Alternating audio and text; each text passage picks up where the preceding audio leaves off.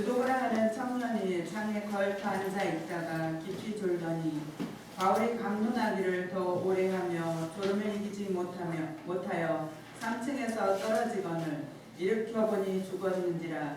바울이 내려가서 그 위에 엎드려 그 몸을 안고 말하되 떠들지 마라, 생명이 그에게 있다 하고. 아멘. 아멘.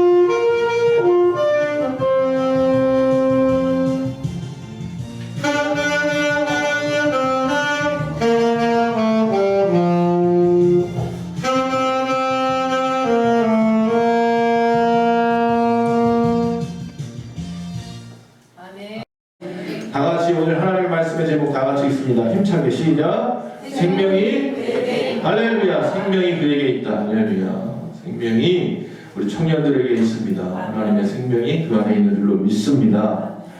자, 청년주의를 우리 교회들은 지금 처음이에요. 10몇 년 동안 청년주의라고 이름을 정해놓고 예배드린 건 처음입니다.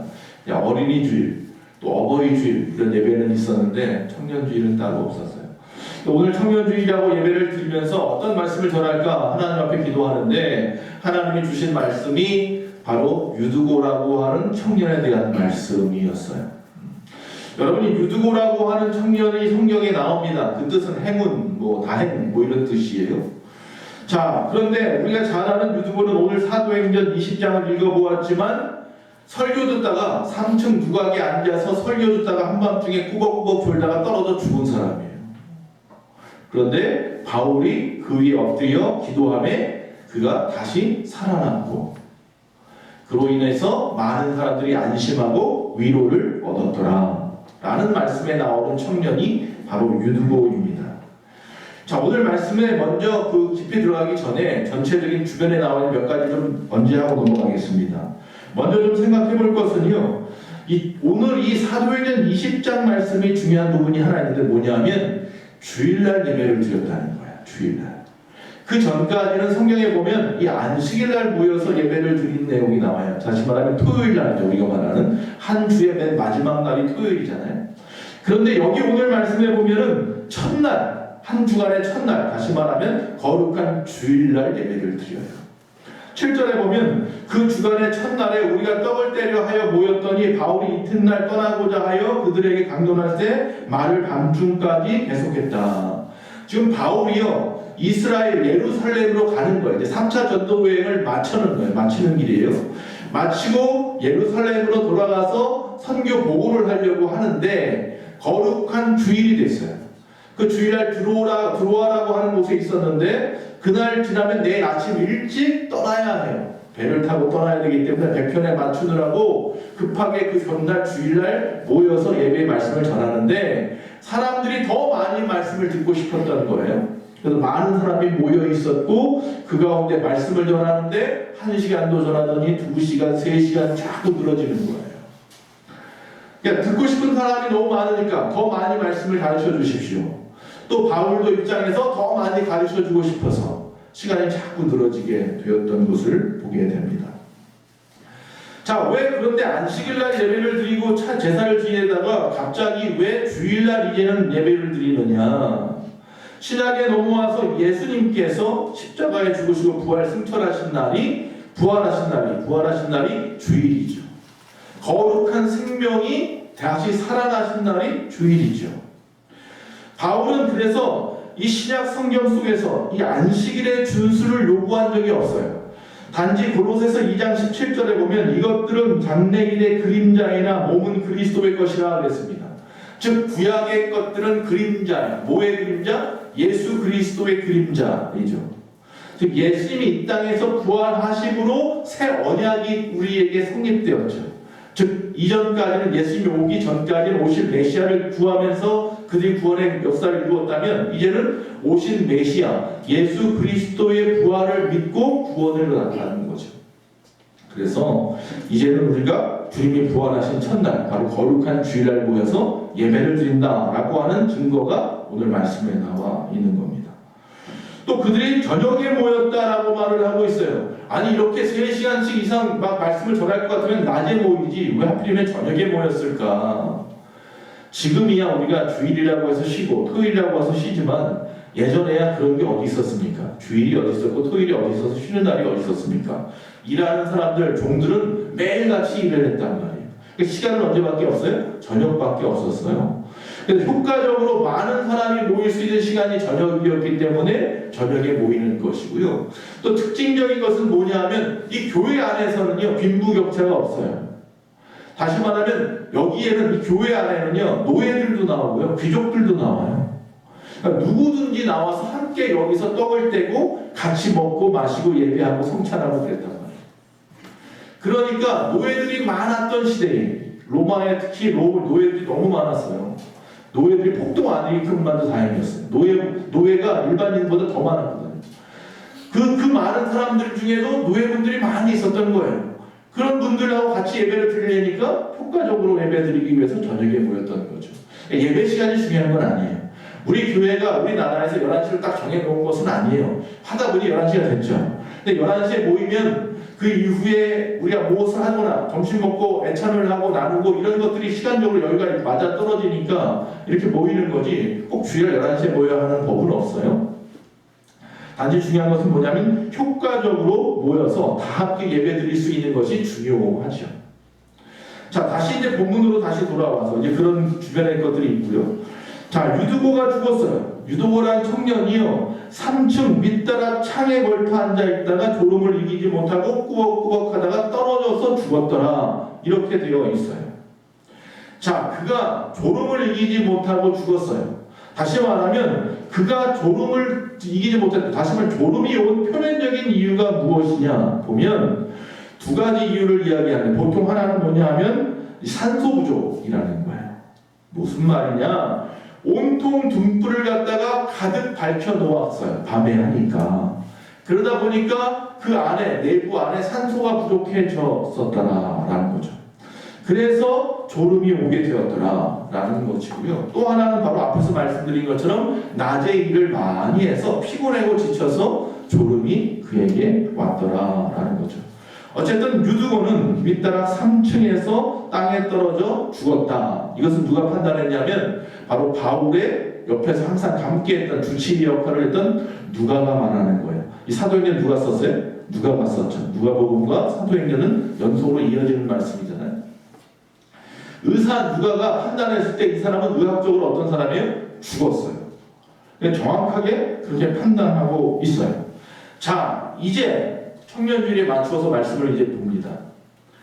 이 청년 유두고가 말씀을 듣다가 졸아서 떨어져 죽었다고 했을 때에 이 유두고를 바라보는 시각이 결국 우리가 이 시대의 청년들을 바라보는 고정관념, 우리의 편견일 수 있다라는 사실입니다.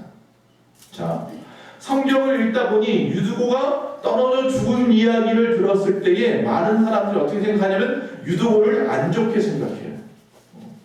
첫 번째, 이 유두고는 굉장히 부주의한 사람이구나 라고 생각합니다.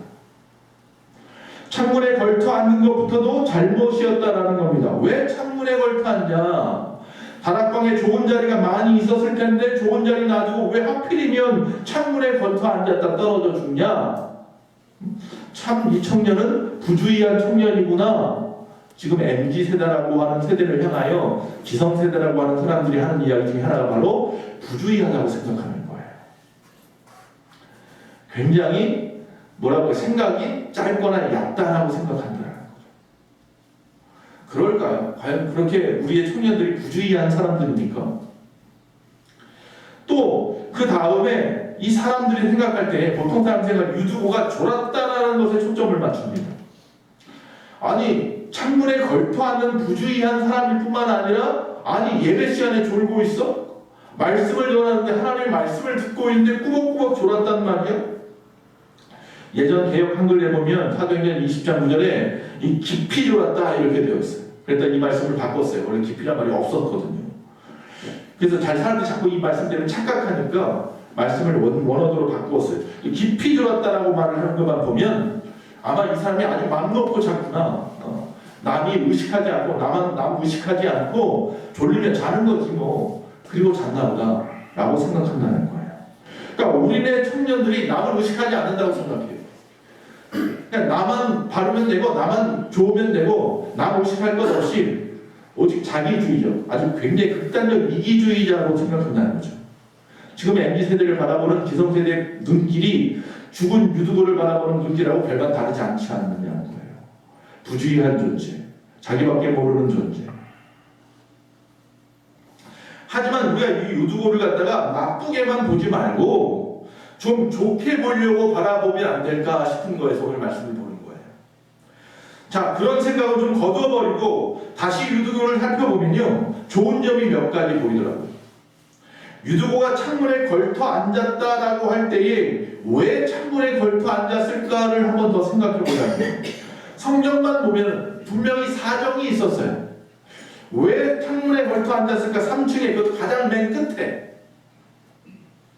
자, 바울이 드로아에 온다고 하니까 난리 났어요. 하나님의 종이 와요. 사도 바울이 와요. 죽은 자도 살렸던 바울이 온단 말이에요. 그러니까 많은 교인들이 죄다 다 모여들었을 거 아니에요. 자, 유두고는 앞에서 말한 것처럼 이 다해 해문이라는 이름을 가지고 있지만 바클레이라고 하는 신학자 말에 의하면 그 당시에 노예들의 이름이 유두고예요. 그러니까 유두고라는 이름이 많이 있었는데 노예들이 쓰는 이름이래요.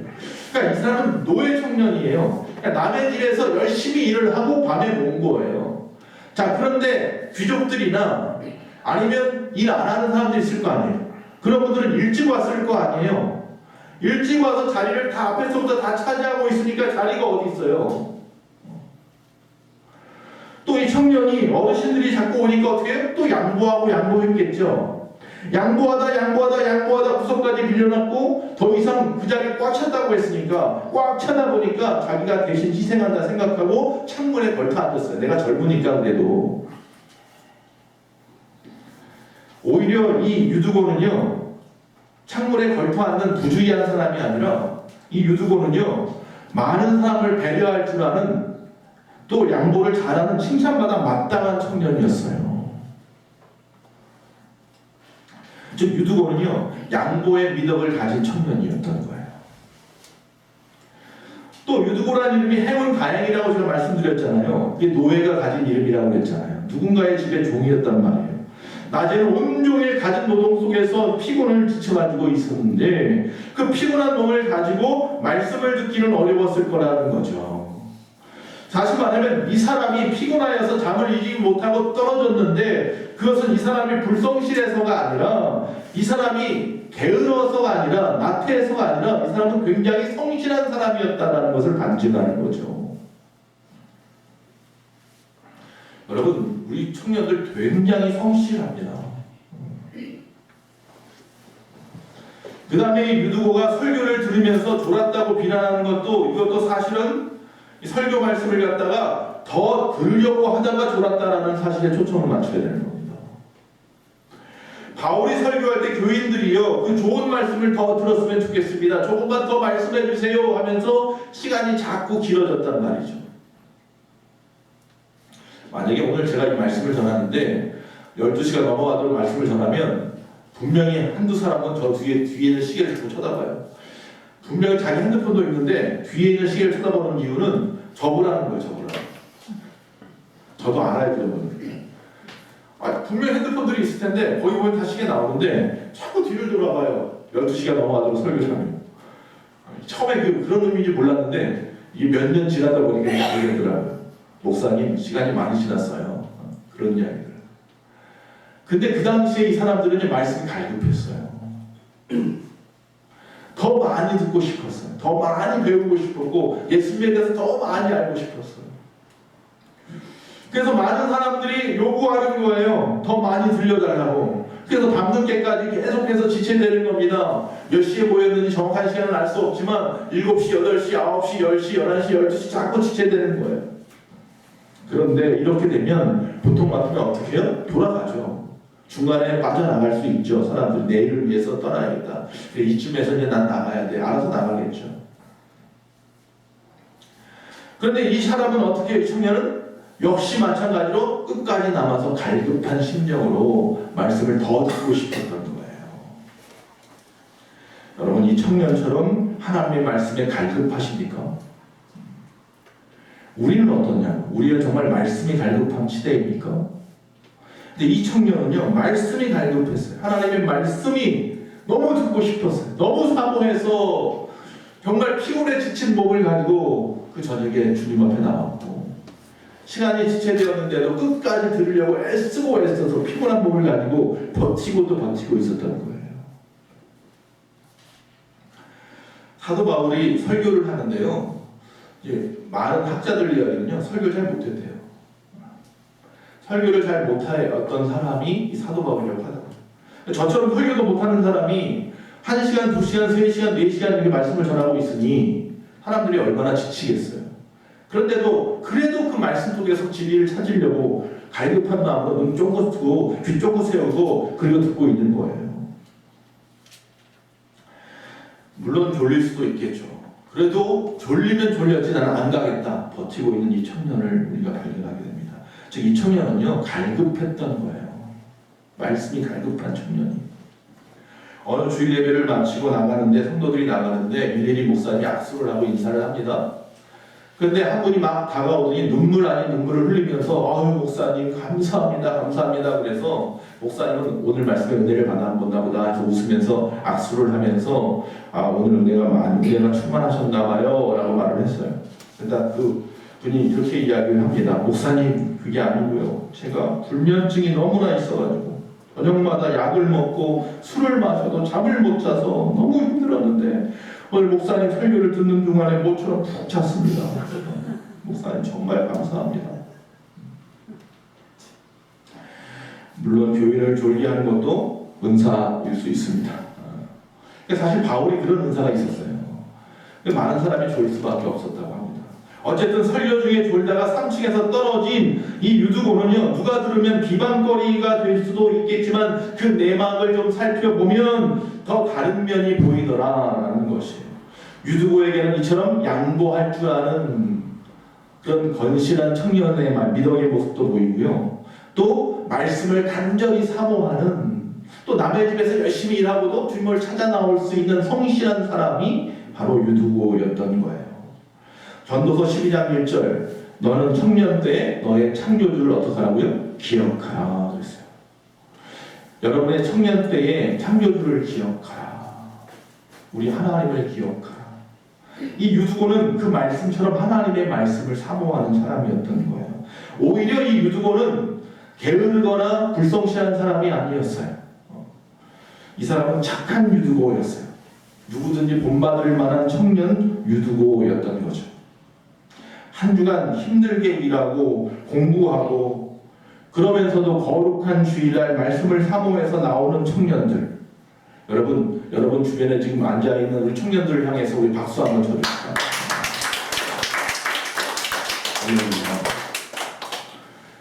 유두고와 같은 청년인 줄로 믿습니다. 이게 바로 우리네 청년들의 모습인데요. 그런데 현재 우리 청년들이 갖고 있는 문제들을 우리가 또 얼마나 알고 있고 그 청년들의 문제를 내가 얼마나 깊이 생각해 보고 있느냐도 한번 생각해 봐야 합니다. 이 시대 청년들도 우리가 생각할 때 마냥 이기적이거나 부주의하거나 게으르지 않구나라고 제가 말씀을 전제했고요. 우리 때보다 더 치열하게 살고 노력하고 있구나라는 것도 우리가 좀 생각해 주자는 겁니다. 밤새 학원을 다니고 밤새 열심히 공부하고 또 밤늦도록 아르바이트를 하고 각종 스펙을 쌓으려고 노력하고 지칠 대로 지쳐있는 청년들을 바라보시라는 겁니다. 그렇게 내몰리고 있는 그 치열한 삶의 터전에 내몰리고 있는 청년들을 우리가 좀 생각해보고 위로해 주어야 되지 않겠냐는 거죠. 최근 들어서 특히 요새 들어서 새로운 정권이 들어오기 전후를 해서 세월호 사건 이후일 수도 있고요. 이 청년 정책이니 청년 정치와 같은 말들이 갑자기 우리 가운데 들리기 시작합니다. 그전에는 그런 얘기 별로 안 하더니 그만큼 이 청년에 대한 고민이 절실히 필요한 시대가 되었다라고 하는 반증일 수도 있습니다.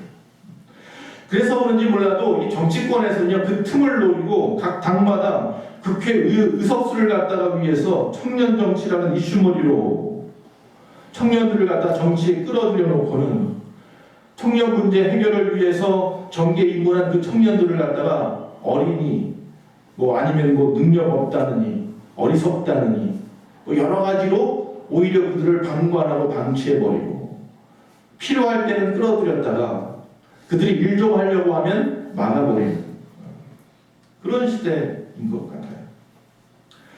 그래서 이 정치권의 청년들은 우리가 볼 때 선거 전에만 활용될 뿐만 아니라 막상 그 이후에는 토사구패 언제 모르게 사라져버리는 이전에 청년 문제는 당사자성, 다시 말하면 청년 문제는 청년들이 알아서 해 이런 거죠.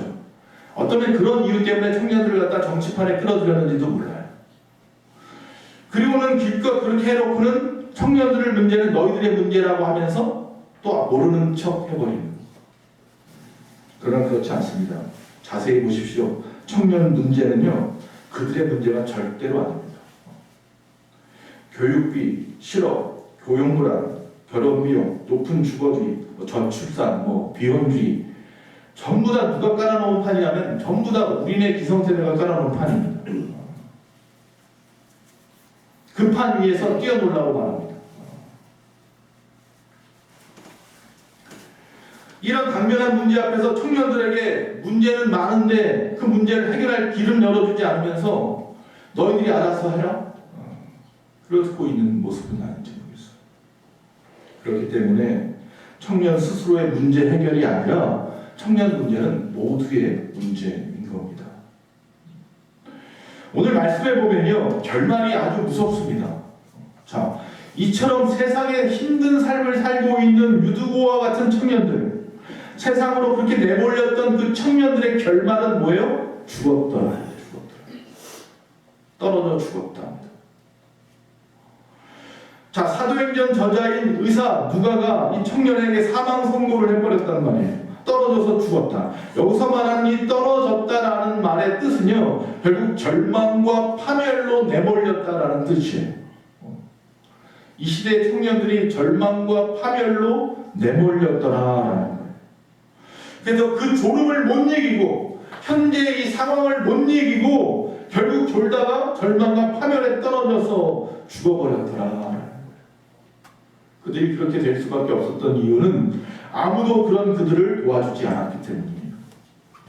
거기서 졸고 있는 그 청년을 누가 붙잡아주지 않았다는 거예요. 졸고 있었을 때 청년 일로 내려와. 라고 말해주지 않았다는 거예요. 아무도 그를 도와줄 생각이 없었다는 거예요. 그를 지쳐서 졸음으로 내본 사람도 결국 그곳에 같이 있었을지 몰라요. 낮에 그를 갖다 하루 종일 피곤하게 지치도록 일을 시켰던 그 사람도 같이 앉아 있었는지 모르겠어요. 그런데 그들에게 정말로 그 청년에게 편안히 쉴 수 있는 시간이나 장소나 환경을 만들어주지 못했다는 거죠. 수많은 젊은이가 열심히 살아보겠다는 한 가지 이유 때문에 안전장치 없는 그런 공사 현장으로 위험한 장소로 계속 내몰리고 있잖아요. 심심치 않게 뉴스에서 계속 나오잖아요. 지난 11월 우리나라에 큰 사건이 있었습니다. 많은 젊은이가 압사되어서 죽었고 많은 이들이 슬퍼하고 안타까워하면서 많은 이들이 이에 대해서 지금도 이야기하고 있습니다. 시스템의 문제가 있었다. 정부와 경찰이 대응을 잘못했다. 대통령이 문제다. 뭐 여러 가지 말을 합니다. 그런데 모두가 다 남탓만 하고 있다는 게 문제입니다. 정말로 그것이 어떤 문제인지에 대해서 생각해 보려고 하지 않는다. 즉 다시 말하면 책임만 전가를 이야기하고 있다. 시스템이 있었다면, 다른 정부나 대통령이 바뀌었다면 이런 일들이 일어나지 않았을까요? 자, 이처럼 죽음으로 내몰리는 그냥 어떻게 되든지 네 알아서 해. 세상은 다 그런 거야. 그들을 붙잡아주지도 않고 도와주지도 않고 쉴 수 있는 환경을 만들어주지도 않으면서 뒷짐지고서 니네들이 알아서 해 라고 말하는 우리들의 모습 속에서 정말 부끄러운 거죠. 청년들한테 부끄러운 모습입니다. 자, 그럼 회복의 길은 없을까요? 그 청년들을 이 죽음으로 내몰지 않을 수 있는 길은 없을까요? 회복의 길은 있습니다. 할렐루야. 회복의 길은 있습니다. 자, 이 유두고라고 하는 사람의 이름의 뜻이 뭐라고요? 행운, 다행이라고 했잖아요. 근데 이 유두고는 졸다가 떨어져 죽었는데 무슨 행운이고 무슨 다행입니까? 자, 다시 말하면 이건 언어 유희일 수 있습니다. 다시 말해서 그가 행운과 다행일 수 있는 것을 어디서 찾을 수 있느냐를 잘 생각해 봐야 합니다. 죽은 것은 행운이 아니에요. 그런데 그 다음에 그가 어떻게 했어요? 살아났다라는 거예요. 죽었다 살아났다라는 게 중요한 거잖아요. 어떻게 살아났느냐를 보아야 돼요. 첫째로 그에게 회복의 길은요, 그가 지금 어디 있었는지를 보면 돼요. 예배 장소에 있었다는 거예요. 이 유두고라고 하는 청년의 행운은 뭐냐면, 다행인 건 뭐냐면 그곳이 바로 떨어져 죽은 그 장소가 어디다? 교회라는 거예요. 예배 장소라. 이 시대 청년들이 파멸과 절망으로 내몰리고 있고 지친 삶으로 내몰리고 있고 죽음으로 내몰리고 있는 이 상황 속에서 여러분의 자녀들이 다행인 것은 뭐냐면요, 그들이 예배 장소에 있다라는 거예요. 마태복음 11장 28절. 그래서 주님이 분명히 말합니다. 수고하고 무거운 짐진 자들아 다 내게로 오라. 내가 너희를 쉬게 하리라. 할렐루야. 주님에게 나오면 주님께서 그 지친 삶 가운데 있는 자들에게 위로와 힘이 되어주시고 쉼이 되어주신다고 분명히 말씀했거든요. 그래서 우리는 이 예배를 성공시켜야 할 이유가 있습니다. 이 예배를 성공시켜서 이 예배에 함께하고 있는 청년들이 예배 속에서, 말씀 속에서 주님을 만나고 그 안에서 쉼을 얻고 힘을 얻고 회복을 얻어야 된다라는 거예요. 전도서 11장 10절에 보니까요, 그런데 근심이 내 마음에서 떠나게 하며 악이 내 몸에서 물러가게 하라. 청년들에게 이야기하는 거예요. 근심이 떠나게 하고 악을 내 안에서 떠나게 하라, 물러나게 하라. 청년들이요, 방법이 하나 있어요. 바로 어디 있으면 돼요? 여기 있으면 돼요. 여기. 예배 장소에 있으면 돼요. 여기서 여러분의 근심의 문제를 하나님 앞에 다 토로하십시오. 할렐루야. 여기 있을 때 악에서 여러분은 지켜집니다. 보호함을 받습니다. 지금 이 시간에 세상에 있을 때 수많은 악한 것들이 여러분을 갖다가 엄습하지만 여기 있으면 여기는 마치 어린이 안전구역처럼 하나님의 보호구역인 줄로 믿습니다. 예배에 있어야 합니다. 그것이 여러분이 이 청년의 시대를 이겨나가는데 위로가 되고 힘이 되고 쉼이 되고 보호장치가 되어주고, 예배 안에 있으십시오. 여러분의 자녀를 그래서 어떻게 해야 돼요? 예배의 장소로 인도하십시오. 바울이 선포한 대로 이제 유두고에게 그의 이름에 걸맞는 그런 행운, 다행스러운 일이 찾아온 것입니다. 그가 지금 예배의 자리에서 이 일어난 일이었기 때문에 행운이고 다행한 것이죠. 예배를 사모하십시오. 자, 두 번째 또 생각해 볼 수 있는 것은 뭐냐면 여기서 이 오늘 본문 말씀을 보니까 이 바울이 한 행동이에요. 바울이 이 죽었다고 하니까 누가 쿵 떨어졌는데 죽었어 난리가 났잖아요. 그때 바울이 말씀을 전하다가 멈추고요. 그에게 갑니다. 조용히 해, 떠들지 마. 그래서 갑니다. 그리고서 그 청년 어떻게 합니까? 그 위에 몸을 엎어요. 죽어있는 그 싸늘해진 그 청년에게 자기의 몸을 엎어서 안아주죠. 여기서 지금 그 몸을 엎드린다고 표현해요. 보시면 아시죠? 그 위에 엎드려 그 몸을 안고 말하되 떠들지 마라 생명이 그에게 있다고 그래요. 엎드렸다고 하는데 그 위에 이 엎드린다라는 말은요, 그 위를 덮는다라는 뜻이거든요. 자, 이 10절에 나와 있는 이 덮어서 그를 살렸어요. 근데 이 덮어서 살리는 사건이 성경에 보면 또 나와요. 구약에 넘어가면 열왕기상 열왕기하에 나와요. 엘리야와 엘리사가 그랬어요. 사르밧 가부의 아들이나 수넴 여인의 아들을 살릴 때 엘리야나 엘리사가 어떻게 살리냐면 그 아이들 죽은 아이들을 갖다가 몸에다 안죠. 그 위를 덮어요. 자기 몸을 그 몸 위에 포개어 누워요. 그리고 나서 기도했더니 그 아이들이 살아났더라. 그럼 여기 나와 있는 지금 바울이 그때 그 구약에 나와 있는 엘리야나 엘리사가 했던 일들을 따라하는 걸까요? 이건 따라한다라는 표현보다는요, 그 사고를 당해서 어려움을 당한 이 청년을 단 연민이나 긍휼함을 가지고 사랑으로 돕는 거예요. 그 정말 얼마나 피곤했으면 졸다가 떨어져서 죽었을까. 안타까운 마음을 가지고 그 아이에게, 그 청년에게 몸을 덮여서 긍휼함과 연민을 가지고 덮어서 뭐 하는 거예요? 기도하는 거예요. 지금 모든 심정을 다 해가지고 기도하는 거예요. 여러분의 자녀들이 살아나기를 원하신다면 모든 심정을 다해서 기도해요. 여기 나와 있는 바울처럼 엎드려서 그 위에 몸을 덮어서라도 모든 심정을 다해서 우리 청년들이, 우리 자녀들이 살아날 수 있도록, 영이 살아날 수 있도록.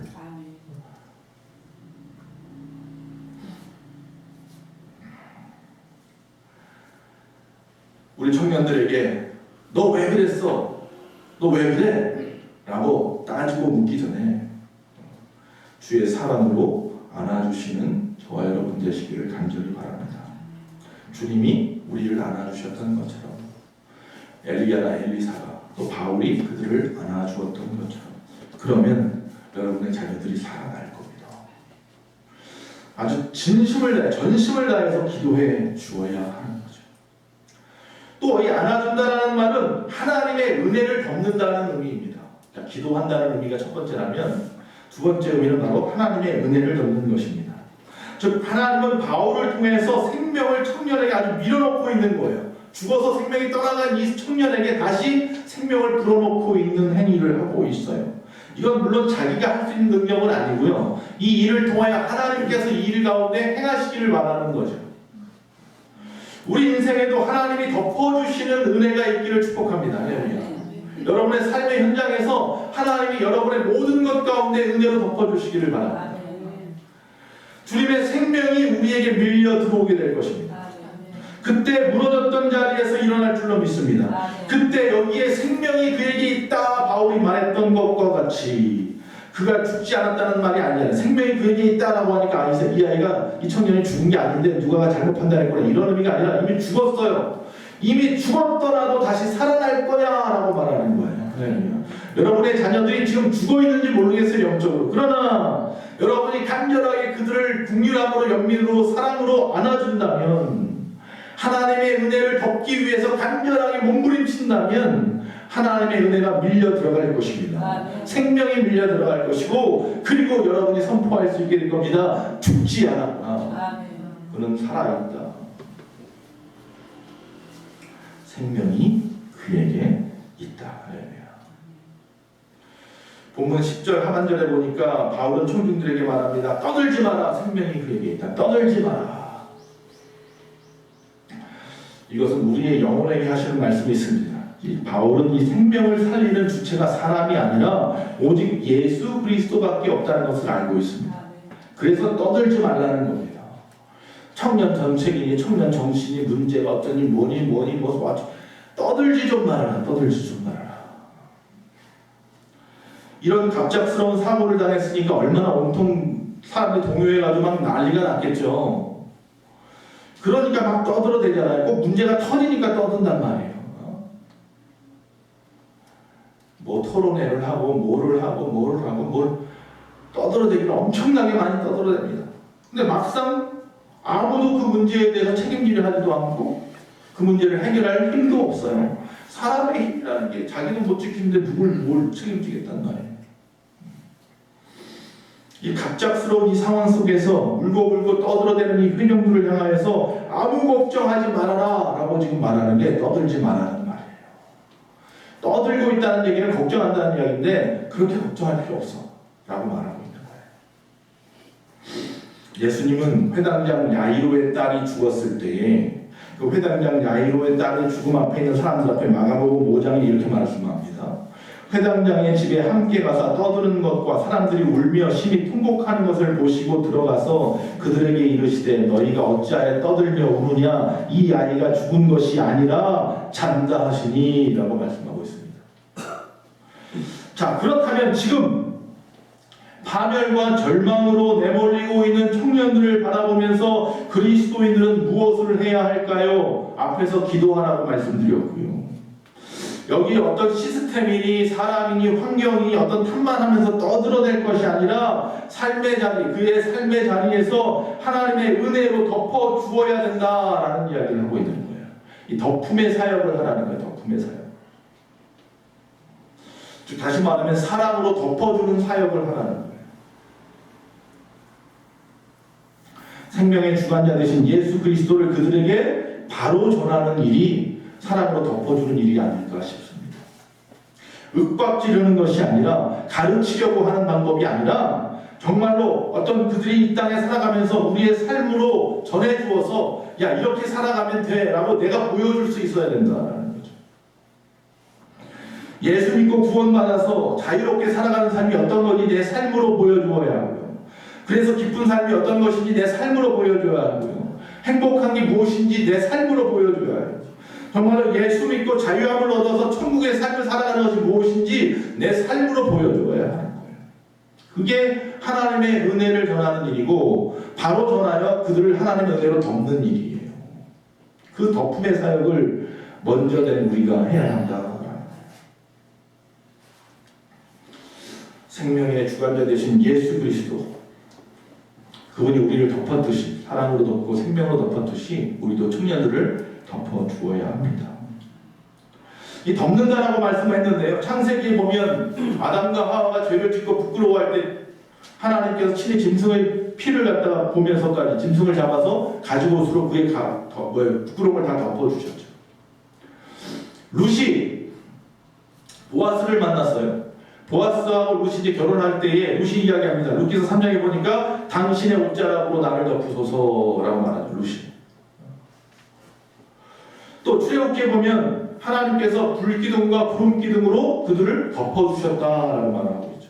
그러니까 성경에 보면 이 덮는 이야기가 나와요. 근데 이 덮어준다는 얘기 뭐냐면 사랑이고 보호이고 생명입니다. 새 생명입니다.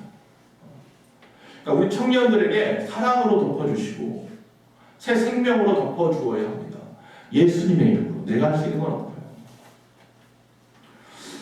그런 사역을 우리 교회가 해나가야 합니다. 외면하지 마시고 주변인 만들지 마시고 청년들을 갖다가 덮음으로 바른 청년으로 세워가야 하지 않겠습니까? 12절에 보니까 사람들이 살아난 청년을 데리고 가서 적지 않게 위로를 받았더라. 우리 예수방교회 청년들의 모습을 보면서 우리도 또 위로를 받을 수 있으면 얼마나 좋겠습니까?